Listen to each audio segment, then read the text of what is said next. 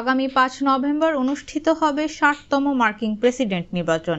সে নির্বাচনে মুখোমুখি হতে চলেছেন ডেমোক্র্যাট প্রার্থী কমলা হ্যারিস এবং রিপাবলিকান প্রার্থী ডোনাল্ড ট্রাম্প। তবে এবারের নির্বাচনে হেরে গেলে আর কখনো নির্বাচন করবে না বলে জানিয়েছেন রিপাবলিকান দলের প্রেসিডেন্ট প্রার্থী ডোনাল্ড ট্রাম্প। যুক্তরাষ্ট্রের নিয়ম অনুযায়ী এক প্রার্থী সর্বোচ্চ 2বার ক্ষমতায় বসতে পারেন, তবে অংশ নিতে পারেন অসংখ্যবার। প্রকাশিত সেই সাক্ষাৎকারে 78 বছর বয়সী সাবেক প্রেসিডেন্ট ডোনাল্ড ট্রাম্পের কাছে জানতে চাওয়া হয়, তৃতীয়বার প্রেসিডেন্ট নির্বাচনে জয়ী না হলে চতুর্থবার আবার লড়াই করবেন কিনা। জবাবে ট্রাম্প বলেন, আমি এটা করতে পারবো না। আমি মনে করি এবারের নির্বাচনেই আমি জয়ী হব। নির্বাচনে ট্রাম্পকে শক্ত প্রতিদ্বন্দ্বী ডেমোক্রেটিক দলের প্রার্থী ও ভাইস প্রেসিডেন্ট কমলা হ্যারিসের সঙ্গে লড়াই করতে হবে। এই নির্বাচনে গুরুত্বপূর্ণ রাজ্যগুলোতে যে এগিয়ে থাকবে তিনিই আগামী নির্বাচনে জয়ী হবেন।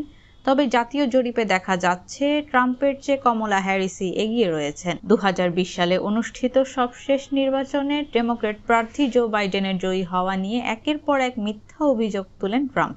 এমনকি ওই নির্বাচনের ফলাফল উল্টে দিতে চেষ্টা করেন তিনি, যার ফলে তিনি ফেডারেল এবং রাজ্য ফৌজদারি মামলায় অভিযুক্ত হন।